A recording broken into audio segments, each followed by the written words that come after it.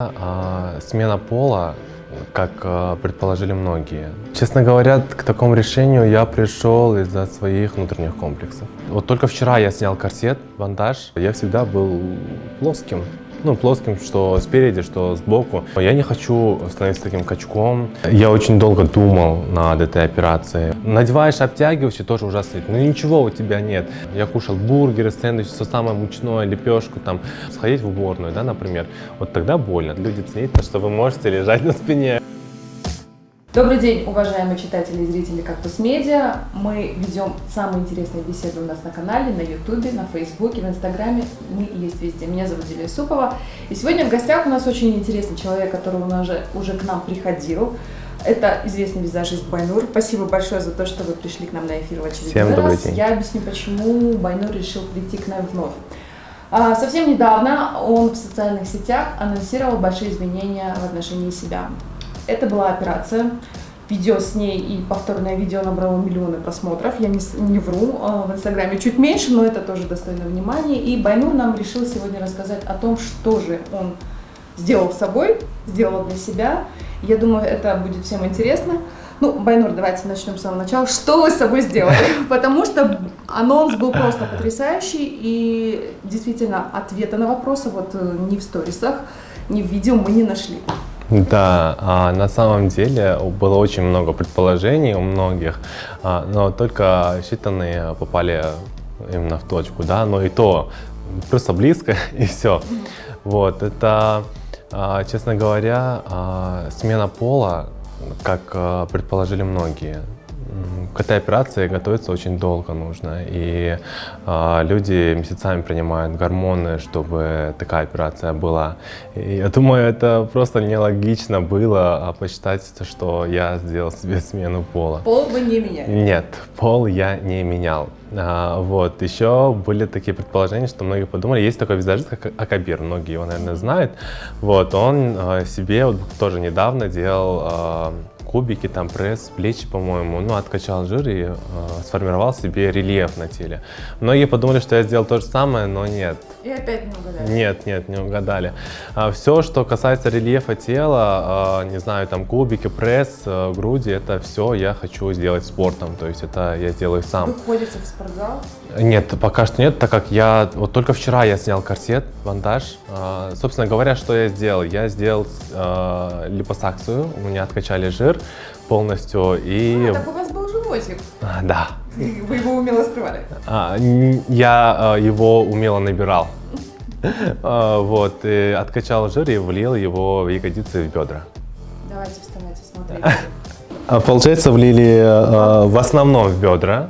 Потому что так как сделать бедра мужчине было тяжеловато. У вас есть округлость. Да, теперь у меня есть округлость. Получается, женские брюки и, естественно, моя попка новая. Прикольно. Честно говоря, к такому решению я пришел из-за своих внутренних комплексов. Сколько я себя помню с подросткового возраста, я всегда был плоским. Плоским, что спереди, что сбоку. То есть у меня никогда не было талии, у меня никогда не было бедер, у меня не было попы. То есть, и у меня практически ничего не было. То есть я был прям плоский, и это доставляло мне неудобства. То есть это, знаете, порождало во мне эти комплексы, которые очень сильно влияют на самооценку. Можно было же все-таки заниматься спортом Я пытался. С самого начала, то есть и можно попу накачать с помощью спортзала. Нет, попу накачать с помощью спортзала, для этого мне нужно набирать массу. Для меня идеал своего тела это, то есть худощавый парень, у которого есть рельеф, и при этом есть как бы бедра, есть попа, то есть есть все, да. Но я не хочу становиться таким качком, то есть чтобы была у меня попа, которой не было, скажем так, да, потому что я был очень худой. Мне нужно было набрать массу. А набирать массу и становиться таким плотным я не хочу. То есть это... Какой есть идеал у вас именно в мужском понимании? То есть какой мужской идеал, какой и фигуры для вас есть? Лично, если касается меня или вообще обобщенно? Вообще, то есть... Если брать Джаред Лето, то даже фигура Джареда Лето для меня, она более плотная. То есть, конечно, как для мужчины это идеал, да, но идеал именно для меня, то есть каким я себя вижу, я хочу быть немножечко худощавым, чтобы у меня была, не знаю, тоненькая талия, тоненький плоский животик, да, то есть с прессом, со всем прочим рельефом, вот, но чтобы, когда человек худой, у него отсутствует попа. То есть если только не генетически его Бог не наградил этим, то есть это факт, и мне это не нравится. То есть я хочу быть худощавым, но при этом, чтобы у меня была попа и бедра. Какова была подготовка к операции? То есть это же не было так вот, так, Да. сегодня пойду к хирургу и лягу под нож. Я очень долго думал над этой операцией, очень долго. Вот эти именно комплексы, которые во мне были, они реально не давали мне комфорта. Вот представьте, вот надеваешь джинсы или обычно брюки, да, он ужасно сидят. Надеваешь обтягивающий, тоже ужасно сидит. Ну ничего у тебя нет. Надеваешь, не знаю, обтягивающую футболку, у тебя нет ни талии, ничего, то есть это ужасно. Я пытался и спортом заниматься, то есть я ходил год на фитнес, я занимался с тренером, и мы делали именно акцент на талию, потому что это был мой комплекс с самого подросткового возраста. Она у меня не появилась. Как объяснил? Очень, то есть у меня столько времени ушло впустую. Как объяснил хирург, у меня в зоне талии именно генетически очень плотный жир стоял, то есть именно с обеих сторон. И вот этот жир нужно было убрать, чтобы эта талия у меня появилась. То есть жир с талии перекочевал на попу? Да. Не только стали, то есть, как сказать, я готовился к этой операции, очень долго думал, в один момент решил, все-таки сходил на консультацию вот, к Нуртелеку Самарбековичу, потому что, честно говоря, лучше хирурга я не знаю у нас. Вот, сходил к нему, он сказал, что у меня жира вообще недостаточно, как я был худой. Вы, наверное, помните меня, я к вам приходил же. Вот, я был очень худой, жира недостаточно, он сказал. Он сказал, надо набрать, да, надо наедать. Нужно было наесть минимум 10 килограммов. Чем наедались? Ой, это было вообще, я чуть свою печень не угробил, чтобы наесть этот жир. Дело в том, что я на этом зациклился, я очень торопился, я очень хотел быстрее уже эту операцию. И я прям кушал не переставая. Я не чувствовал голода вообще. Я кушал бургеры, сэндвичи, все самое мучное, лепешку там. На ночь я не ложился, пока не съем 3 куска пирожного или торта. Работа с психологом была какая-то? То есть вы же понимаете, что вот эти проблемы, они были в голове, то есть это ваш комплекс, вы это понимали, да? То есть могли пойти путем наименьшего сопротивления работать психологом. Был такой опыт? Нет, такого опыта не было, потому что я этого не хотел. То есть если я вижу в себе какие-то недостатки, наверное, каждый человек видит свои недостатки, да, я хочу эти недостатки убрать, я хочу их исправить ближе к своему идеалу. Это касается и лица, и фигуры, и моего развития тоже. И вот этот недостаток я хотел исправить. Теперь вы довольны своим телом? Сейчас я доволен, но не полностью. То есть я получил то, что хотел, то есть я получил вот это именно, как сказать, пластилин я получил, дальше мне нужно его долепить самому. А что еще вы будете менять?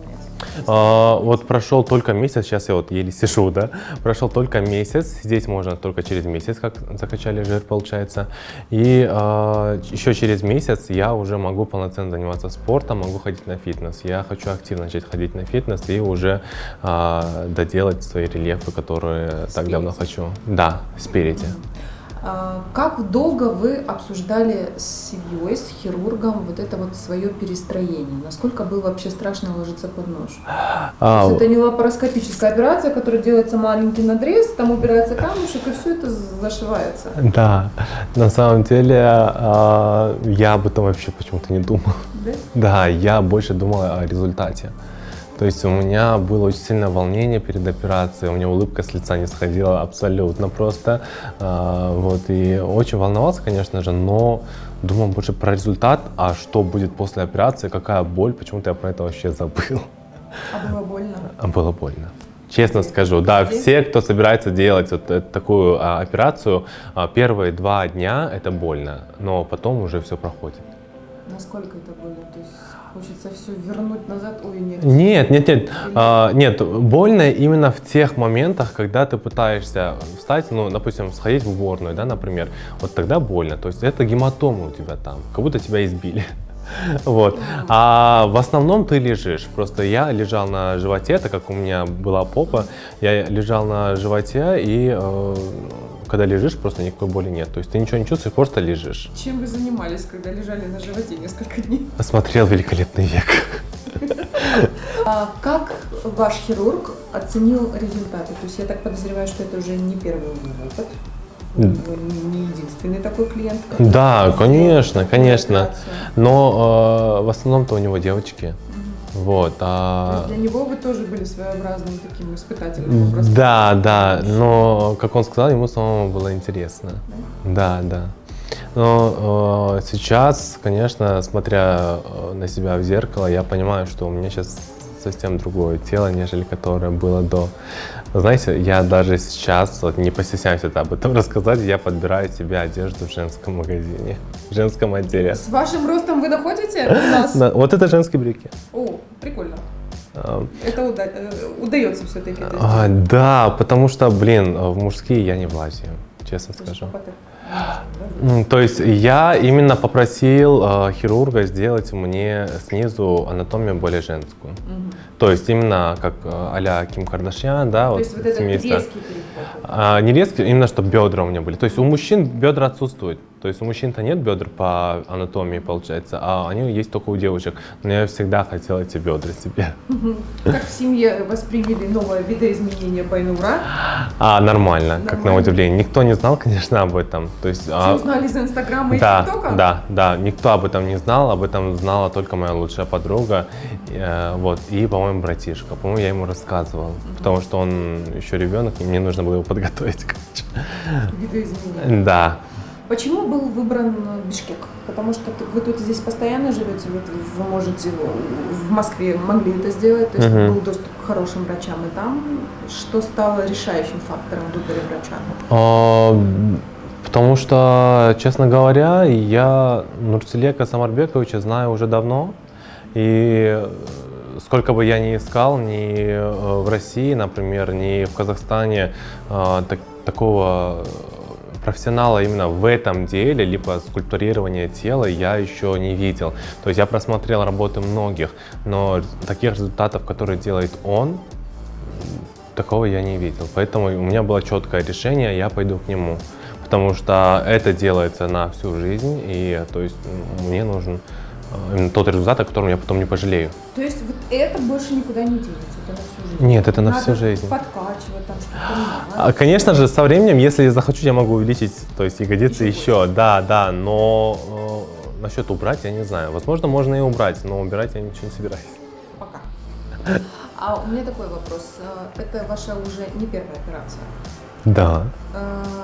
Есть ли какие-то у вас пожелания дальше менять? Хотя понятно, что вы говорили про перед. В плане лица? В плане лица, возможно, подправить некоторые моменты, а так прям менять, резать, что я пока что не собираюсь. То есть, чтобы никогда Нателла Версачи вы не хотите увидеть? Нет. Ну, у него было неудачное вмешательство. Да, я просто хочу, в скором времени я сделаю еще блефаропластику, потому что из-за вот этой операции, которая у меня была, я лежал только на животе после операции. Представляете, теперь месяц лежать на животе. Это вообще, я вот на днях лег на спину впервые, это такой кайф, вот люди ценят, что вы можете лежать на спине, это нереально просто. Но на бедра я на бок лично до сих пор не могу. У меня это пока что не получается. Я была беременна, я понимаю, о чем идет речь. Вот, я, получается, лежал только на животе, и из-за этого у меня сильно отекали глаза. Из-за того, что у меня отекали глаза, у меня недавно только была блефаропластика, и все крепления, которые там были, у меня все отпустило. То есть у меня свои веки появились, а от блефаропластики ничего не осталось, потому что все у меня было свежо. Вот, и придется переделать. Вы сказали, что вы наедали этот жир для того, чтобы его откачать. Сейчас вы возвращаетесь к правильному питанию? Да, конечно. То есть, каково оно будет? Давайте поделитесь диетой. Когда месяцами привыкаешь... Я за 2 месяца, кстати, набрал 12 килограммов. Это было нереально. Вот, и когда привыкаешь к такому рациону, сначала мне было тяжеловато отказаться от всего этого. То есть бургеры постоянные, шаурма, не шаурма. Я вот это все кушал беспрерывно, просто все мучное. Сейчас уже вот это все я начал потихоньку бросаю. Вот, единственное, от чипсов не могу отказаться никак. Да, но я практически полностью исключил мучное. Я сейчас стараюсь кушать только много салатов, зелени, получается, риса, там, не знаю, курица отварная, все такое. Вы готовите сами себе? Да, конечно. Ну, давайте поделитесь рецептом каким-нибудь интересным, который быстро вот можно сделать. Это будет питательно, полезно. Питательно. Питательно, полезно и вкусно. Ну, я обычно готовлю курицу в кисло-сладком соусе. Рассказывайте. То есть там я сначала обжариваю курицу, добавляю соевый, сначала отдельно готовлю, потом соус, там соевый соус идет, мед добавляю, чтобы немножко специй, приправ, естественно, смешиваю с курицей, получается соус, отдельно отвариваю рис, и вот так вот все это готовится. Наверняка все зададут этот вопрос, меня он тоже очень волнует. Во сколько вам обошлось это удовольствие? Вообще пластическая хирургия – это дорогое удовольствие, потому что все мы знаем, что в принципе медицина не дешевая, а эстетическая она вообще дорогая. То есть доступна ли она нам, простым кыргызстанцам? У многих есть наверняка такие вещи, которые бы они хотели исправить, в том числе и по медицинским показаниям. Ну, кто-то и по исключительно вот с точки зрения красоты, как вы, допустим. Дорого, нет? Такая операция, как моя, она стоит 3-3,5 тысячи долларов. Да. И вообще пластическая операция именно тела варьируется, мне кажется, от $500 и выше. То есть это, я не знаю. Но, честно скажу, оно того стоит. То есть если кто-то хочет сделать, кто-то комплексует так же, как я, то оно того реально стоит. Ну, извините меня, ковыряться под чьей-то кожей, это тоже удовольствие не из приятных, я думаю, для врачей. Вот. И это не макияж, который ты можешь, который тебе на сутки, да, только, а это тебе остается на всю жизнь. То есть, мне кажется, оно того реально стоит, я так считаю. Какой вы совет дадите людям, которые решили это сделать? Изменить свое тело. Ну, неважно, то есть поменять нос, сделать блефаропластику, нарастить попу, чтобы появилась грудь. Какие советы основные? Не идти по трендам. То есть не так, что ты сидишь, тебе все нравится, тут такой Ким Кардашьян делает попу, ой, я тоже хочу, пошла и сделала. То есть перед тем, как идти на такой шаг, обязательно поговорите с самим собой, обсудите это с самим собой внутри, хотите ли вы этого, зачем вы это хотите, надо ли это вам. И если вы пришли к такому выводу, что да, это мне нужно действительно, я без этого уже не могу, сильно комплексую, то, конечно же, вам безвозвратно путь к пластическому хирургу, да. Если же все-таки у вас такое решение, что вы просто хотите пойти по трендам и, ой, она сделала, я тоже хочу, то советую еще раз подумать. То есть вот это вот увеличить губы, нарастить ресницы, стоит думать об этом. Нарастить ресницы нет. Ну, это уже такая процедура. Увеличить губы тоже, да. Увеличить губы, нарастить ресницы, там все такое, это уже те моменты, которые можно взять и с легкостью исправить. То есть один шприц, и все, у тебя губ уже нет. А здесь уже одним шприцом не обойдешься. То есть если ты захочешь это убрать, то, извини меня, потом тебе придется еще 1 месяц в реабилитации полежать. Не думаете ли вы, что через несколько лет вы пожалеете о своем решении? Нет, я не думаю, потому что я сделал а-ля Ким Кардашьян, но не как у Ким Кардашьян. То есть у меня не настолько огромное все, я не стал слишком много жира, то есть у меня все в меру сделано. Так что я думаю, что не пожалею. Даже если пожалею, что поделать, уже там ничего не сделаешь. Понятно.